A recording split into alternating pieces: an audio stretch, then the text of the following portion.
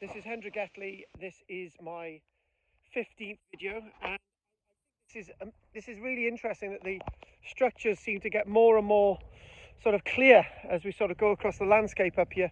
So this nice little boundary wall seen in the very early videos in this series, video 15, and we've got this really nice example of a roundhouse. I'm going to go with this being Iron Age, but is it?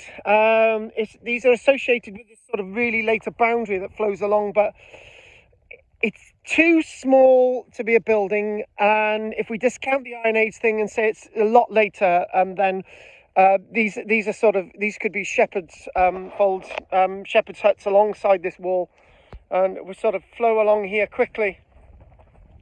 And there's one thing, if they are Iron Age, then they're too close to the surface, and maybe that the stone would have been used for the construction of this wall anyway.